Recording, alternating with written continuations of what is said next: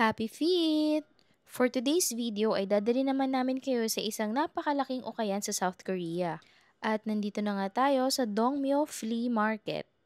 Iba't ibang items nga yung makikita nyo dito. And napansin namin na mostly locals yung mga namimili. And bagsak presyo nga talaga yung mga benta nila dito guys.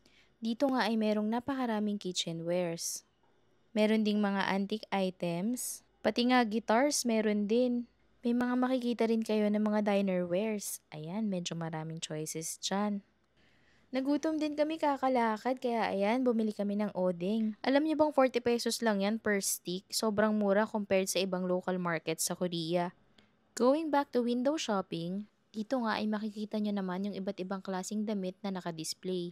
Yung mga nakikita nyo na 10,000 won, 400 pesos lang yan sa pera natin. Kaya kung hindi kayo maselan at kung magaling kayong pumili, ay sobrang makaka-jackpot talaga kayo dito guys. Sobrang lawak ng choices nila sa mga jackets, polo, sweaters, basta yung mga panlamig.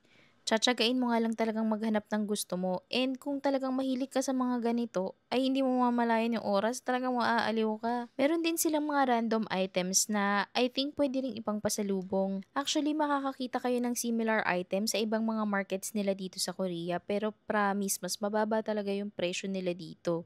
Kaya nga siguro pati yung locals nila ay dito rin talaga namimili. Ayan, pati ginseng meron din sila. Samahan niyo pa kaming mamasyal guys! Follow for more videos. Bye!